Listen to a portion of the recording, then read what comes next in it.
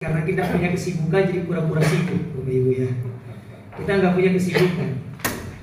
Jadi kita kalau dibilang pengacara, pengangguran kurang acara.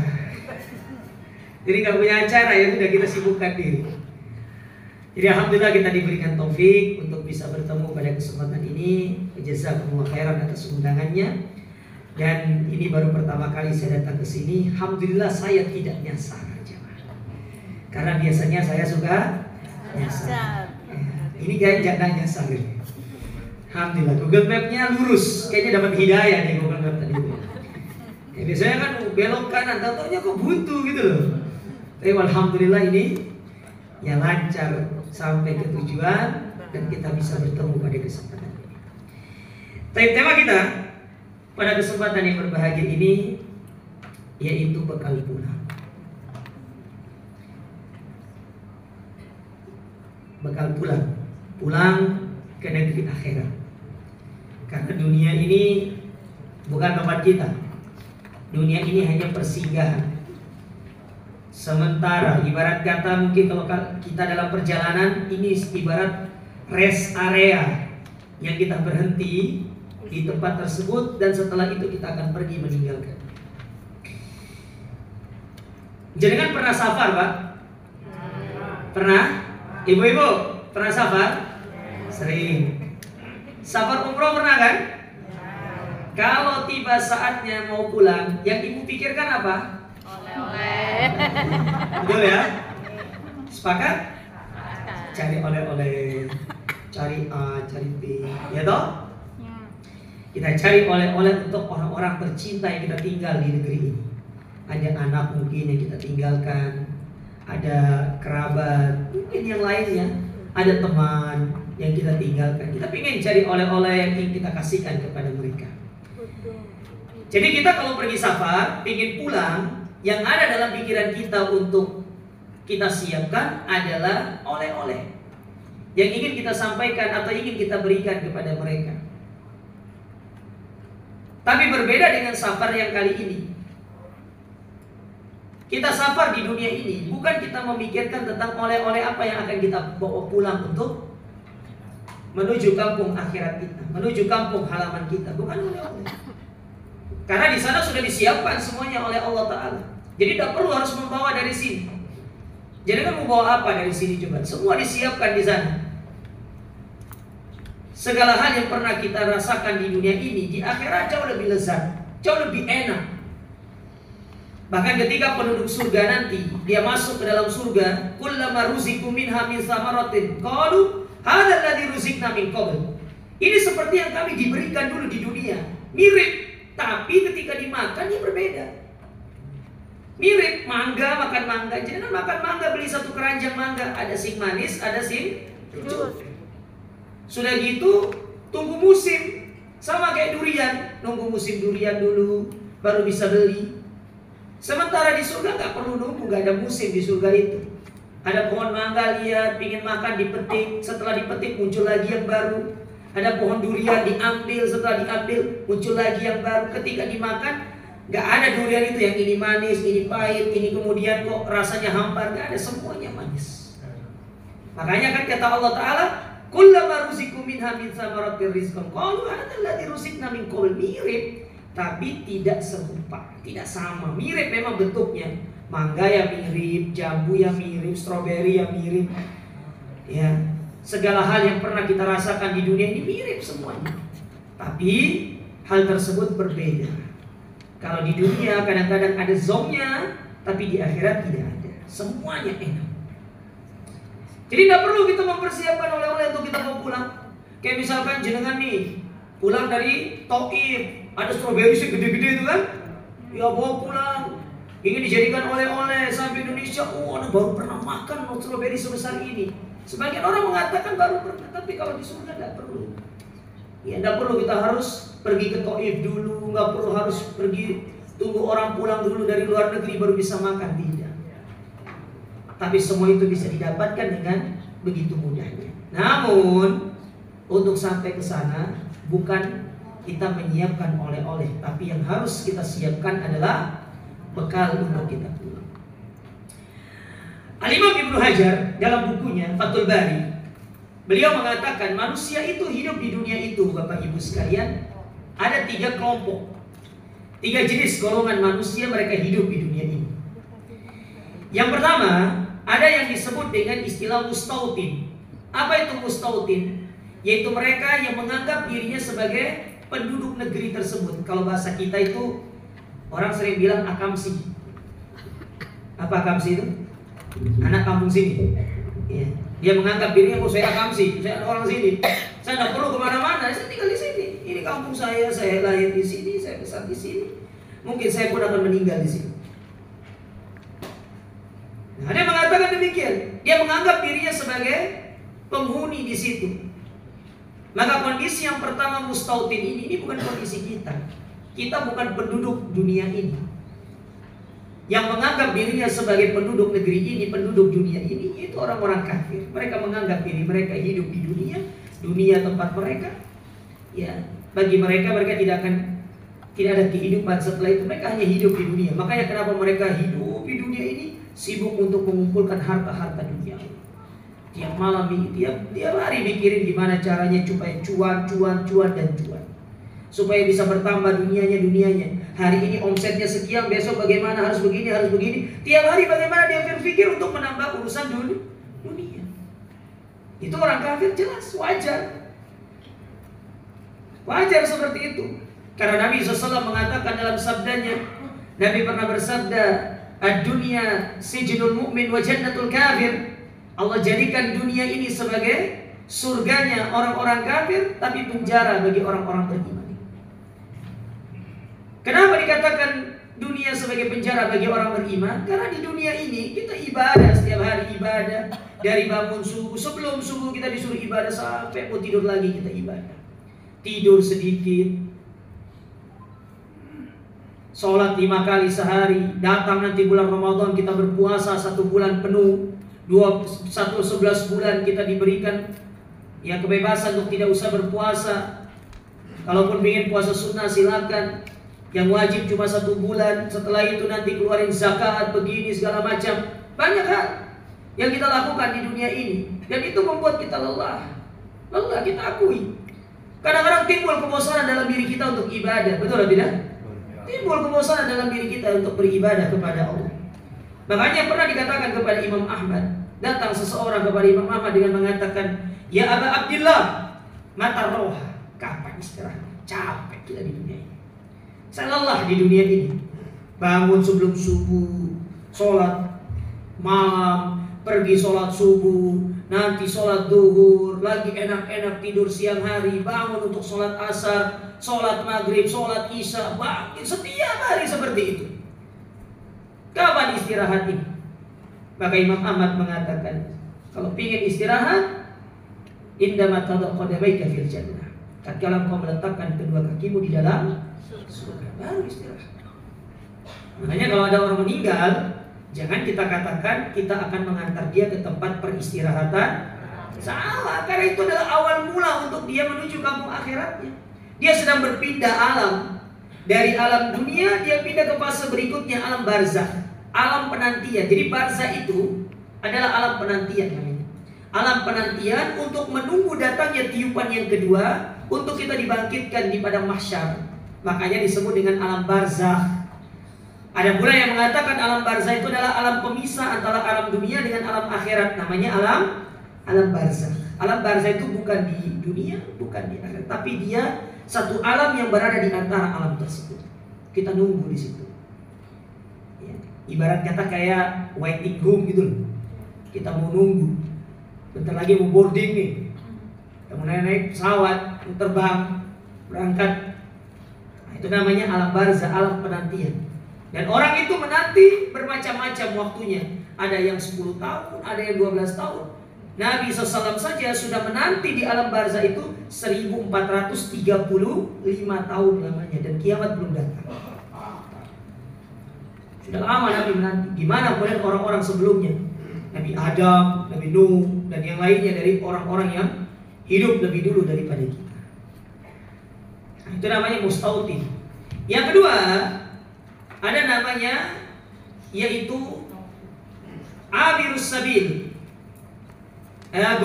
Gorib, yang kedua, gorib, orang asing.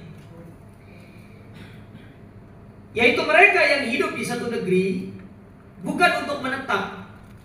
Mereka datang ke situ sesaat, ketika sudah hajatnya selesai mereka akan kembali pulang menuju kampung halamannya. Seperti ada orang pergi kerja, Pak. Dia pergi kerja ke satu wilayah, dia punya kontrak di sana 5 tahun, setelah 5 tahun dia kembali. Dapat kontrak lagi, pergi lagi, setelah kontraknya habis pulang lagi. Itu namanya gharib. Orang yang tinggal di satu tempat yang dalam jangka waktu tertentu, setelah waktunya habis dia akan kembali pulang untuk bertemu dengan keluarga. Itu namanya gharib. Ya, gharib namanya. Ya. Sedangkan yang terakhir kata Ibnu Hajar, yang ketiga namanya abirus sabil atau musafir. Orang yang sedang safar. Ini waktunya lebih singkat lagi. Orang musafir itu adalah orang yang singgah, hanya sebatas singgah. Kayak contoh misalkan ada orang Malang ingin ke Gresik melewati Surabaya. Dia singgah sesaat di Surabaya, mungkin ingin makan. Setelah dia selesai makan, dia melanjutkan perjalanannya menuju Gresik. Maka dia berhenti di Surabaya lalu berangkat lagi, itu namanya musafir. Nah, Nabi SAW menyuruh kita dari 3 golongan ini, kita disuruh menjadi 2. Disuruh menjadi salah satu dari 2. Dalam sebuah hadis yang diriwayatkan Imam Bukhari, kata Nabi SAW kepada Abdullah bin Umar radhiyallahu taala anhuma, beliau mengatakan, kun fid dunya ka'annaka gharibun aw abirus sabil. Jadilah engkau di dunia ini seolah-olah seperti orang asing, gharib. Kalau misalkan kamu bisa lebih baik daripada gharib, maka jadilah seperti orang yang abirus sabil. Engkau seperti orang yang sedang melakukan satu perjalanan. Engkau anggap dunia ini sebagai persinggahan sesaat. Engkau akan tinggalkan dunia ini. Jadi orientasimu bukan untuk memikirkan dunia, tapi bagaimana engkau memikirkan bekal untuk engkau bawa menuju kampung akhirat. Nabi menyuruh kita demikian. Tapi banyak kaum muslim menganggap dunia ini sebagai mustautin, tempat dia tinggal. Dia menghiasi bangunannya, menghiasi tempat tinggalnya, berlomba-lomba membangun tempat yang sangat indah, berlomba-lomba membuat naungan dari panasnya terik matahari, tapi tidak pernah berlomba untuk membuat naungan di hari kiamat. Hari kiamat itu gak ada pohon. Hari kiamat tidak ada bangunan tempat kita berteduh. Sementara matahari didekatkan dari kepala kita sejauh 1 mil. Dalam hadis riwayat Al-Miqdad bin Al-Aswad radhiyallahu taala anhu, dari sahabat dari riwayat Imam Muslim, ketika Nabi SAW mengatakan tudna syamsu yaumal qiyamati kabid dari mil. Matahari didekatkan dari kepala itu sejauh 1 mil. Kata Sulaiman bin Amir ketika menjelaskan tentang mil, aku ini bingung yang dimaksud dengan mil dalam hadis tersebut. Apakah mil yang dimaksud itu adalah masafatul ardi, 1 mil yang sekian kilo, atau mil yang dimaksud adalah satu alat yang sering digunakan oleh seorang wanita ketika dia menggunakan celak. Jangan pernah lihat celak dari kuningan yang dibeginikan itu? Nah, jangan cabut yang ada bunga-bunga yang sering dipakai di mata, ujung runcing, itu namanya mil dalam bahasa Arab. Si panjang itu loh. Ya. Saya kasih contoh. Mungkin ada di antara, kalau generasi 2000-an gak ngerti dia. Tapi kalau generasi jenengan 50, jangan berapa tahun? Coba saya coba. Kayak jenengan ini 17 ya di Bali. Ada yang 25 di Bali di sini? Banyak ya. Pernah pakai celah, Bu? Pernah. Sering atau enggak? Sering. Celah itu bagus bagi para wanita, memperindah. Tapi pakainya pas untuk suami aja, Bu. Biar suami tambah cinta. Karena biasanya ibu-ibu, dia kalau berdandan untuk keluar rumah, makanya banyak suami nanya sama istrinya, "Mah, kok kamu cantik, mau kemana?" katanya. Sekali-sekali kalau ditanya, "Mah, kok cantik, mau kemana?" "Aku berdandan untuk kamu, Pak." Langsung bilang, transfer, Pak ya.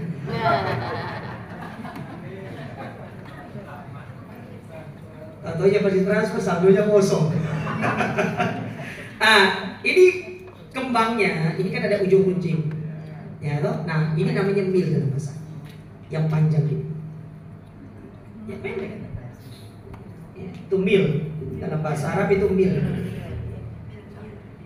Sekarang panas kan mataharinya? Panas. Berapa juta mil sekarang jaraknya?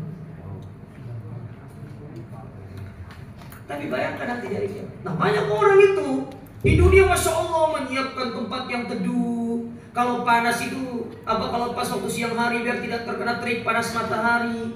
Kadang-kadang kita lagi jalan di tengah siang karena kepanasan berteduh dulu. Di akhirat gak ada seperti itu. Tapi banyak orang tidak berlomba-lomba membangun tempat bernaung di hari kiamat. Mereka lupa. Mereka hanya membangun tempat naungannya di dunia. Sibuk dengan kehidupan dunia. Makanya melalui kajian ini saya ingin ingatkan kepada kita atas skala prioritas kita hidup. Kita butuh bekal. Kita butuh bekal untuk pulang. Kita akan pulang menuju kampung akhirat kita. Di antara kita yang hadir di sini, kita tidak tahu siapa yang akan pulang duluan. Belum tentu yang tua dia lebih duluan pulang, tidak. Belum tentu. Bisa jadi yang muda lebih dahulu pulang, yang tua belakangan. Atau mungkin yang tua lebih dahulu. Makanya Imam Syafi'i dalam bait syairnya, beliau pernah mengatakan, tazawwad minat tuqa fa innaka la tadri idza janna al-lailu hal ta'ish ila al-fajr.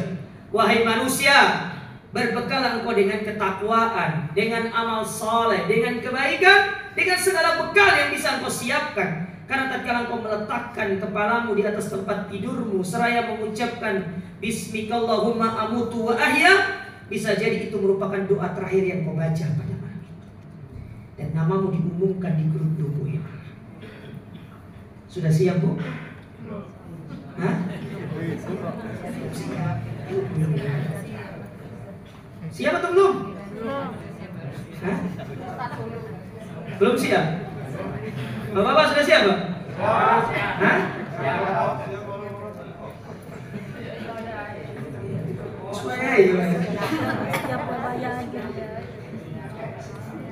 Saya minum dulu, biar semangat kita ya. Kita kayaknya sampai jam berapa? Hah? Oh, saya jauh Pak pulangnya gitu. Hah? Saya tinggalnya di Galtasari.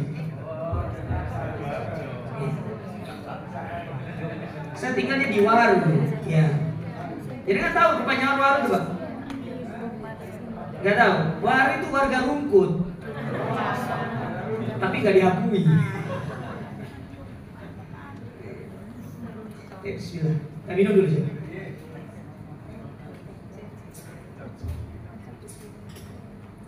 Sampai jam 9 ya. Insyaallah cukup materinya. Nah, jadi kita ini sedang sabar. Oleh karenanya Al-Imam Ibnul Qayyim rahimahullah pernah di dalam satu nasihat beliau pernah mengatakan begini. Coba ingat kata Ibnu Qayyim. Yang lainnya nggak usah diingat, yang gini aja diingat. Ya.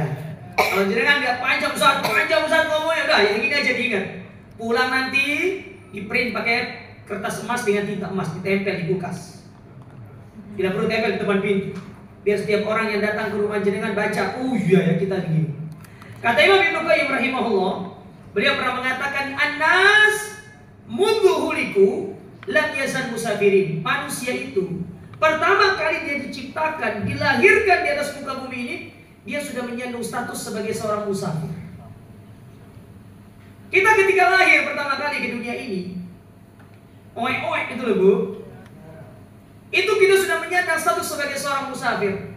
Kita semua berjalan, dan ujung dari perjalanan kita itu hanya dua, kata Imam Ibnu Qayyim. Wa laisa lahum haqqun an rihalihim illa fil jannati awin nar. Dan tidak ada ujung dari perjalanan semua manusia itu kecuali hanya dua. Dermaganya cuma dua, dermaga surga ataukah dermaga. Dan itu tergantung kita sekarang. Makanya masuk surga itu tidak bisa dengan angan-angan. Ingin melebur surga, di surga ada istana, ada bidadari. Yang laki sudah mulai berpikir satu laki-laki dapat 70 istri. Ini gak bisa poligami dalam dunia dan akhirat. Mikir. Tapi gak bisa kemudian hanya dengan berpikir seperti itu. Itu hanya angan-angan, bukan cita-cita. Karena kata Imam Ibnu Hajar, yang membedakan antara angan-angan dengan cita-cita itu adalah usaha. Cita-cita itu adalah suatu keinginan yang ingin dicapai dan dia ada usahanya. Sedangkan angan-angan, pingin sesuatu tapi tidak berusaha, itu angan-angan. Pingin masuk surga tapi nggak mau sholat, pingin masuk surga tapi nggak mau puasa, pingin masuk surga tapi nggak mau zakat, nggak mau sedekah, nggak mau haji, nggak mau umroh, nggak mau nuntut ilmu. Ya udah kepingin aja. Itu namanya angan-angan. Kayak ada orang pingin kenyang tapi nggak mau makan. Bisa kenyang, Bu? Bisa. Yang makan aja belum tentu kenyang. Tapi harus ada usaha. Makanya Nabi ketika datang seorang sahabat bertanya kepada Nabi SAW, "Ya Rasulullah, bukankah setiap orang telah ditentukan tempatnya di surga dan neraka? Kalau gitu ngapain kita ibadah? Ya sudah, kita tunggu hasil. Kalau masuk surga ya alhamdulillah, masuk neraka ya mau gimana lagi?" Kata Nabi SAW, "Karena kamu nggak tahu tempatmu, makanya kamu disuruh beramal. Iman fakulun muyassar lima khuliqalah." Beramal. Karena dengan kita beramal itu semua akan dimudahkan. Semua dimudahkan. Nah, oleh karena itu kita butuh bekal. Sekarang Ustaz, apa bekalnya Ustaz? Bapak Ibu dirahmati serta dimuliakan oleh Allah. Allah berfirman tadi dalam surat Al-Hasyr, sebagaimana yang telah dibacakan di awal tadi. Dalam surat Al-Hasyr ayat 18 kata Allah Subhanahu wa taala, "Ya ayyuhalladzina amanu ittaqullaha wal tanzur nafsum ma qaddamat lighad wattaqullaha wallahu khabirum bima ta'malun." Wahai orang-orang yang beriman, bertakwalah kalian kepada Allah dan hendaklah setiap jiwa memperhatikan bekal untuk hari esoknya, dan hendaklah dia bertakwa kepada Allah karena sesungguhnya Allah mengetahui apa yang kalian lakukan. Dari ayat ini dia kembalikan mangganya itu. Ya. Misalkan Mbak, saya pernah ngambil mangganya. Kemarin tidak sengaja saya lihat kok menarik gitu kan. Saya ambil lah. Ya saya kerja. Ya. Daripada dimakan sama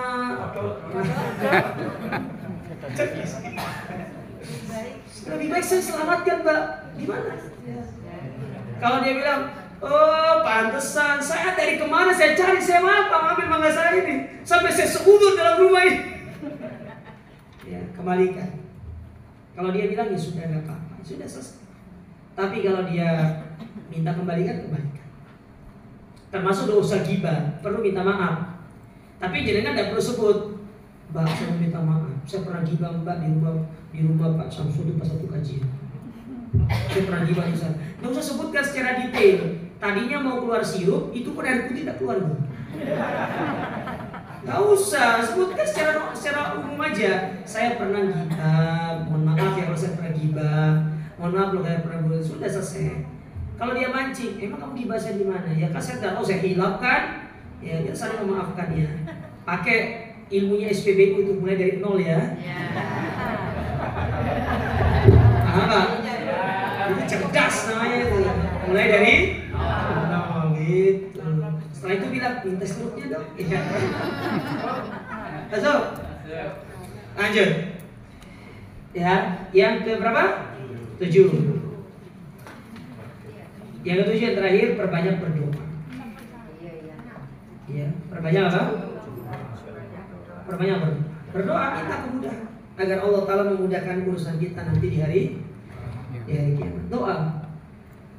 Ya, salah satu doa yang bisa mungkin kita upayakan seperti doa yang diajarkan oleh Nabi SAW, "Allahumma inni a'udzubika min adzabi jahannam wa min adzabil qabr wa min fitnatil mahya wal mamat wa min syarri fitnatil masiihid dajjal."